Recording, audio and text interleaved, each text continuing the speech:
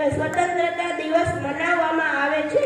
આપણા ભારતમાં દર વર્ષે 3 રાષ્ટ્રીય તહેવારો આવે છે, જેવા કે 26મી જાન્યુઆરી પ્રજાસત્તાક દિન, 15મી ઓગસ્ટ સ્વતંત્રતા દિન અને 2જી ઓક્ટોબર ગાંધી જયંતિ। એ 3 રાષ્ટ્રીય તહેવારો આવે છે। 15મી ઓગસ્ટના દિવસે દરેક સરકારી કચેરીઓમાં રજા હોય છે તથા સવારથી જ શાળા, કોલેજ, સંસ્થાઓ અને સરકારી કચેરીઓમાં ધ્વજવંદનનું આયોજન કરેલું હોય છે। ધ્વજવંદન ઉપરાંત નૃત્ય અને નાટકો જેવા સાંસ્કૃતિક કાર્યક્રમોનું આયોજન પણ થાય છે। દિલ્હીમાં લાલ કિલ્લા પર પ્રધાનમંત્રી દ્વારા ધ્વજ ફરકાવવામાં આવે છે તથા રાજપથ પર પરેડ અને શક્તિ પ્રદર્શન કરવામાં આવે છે।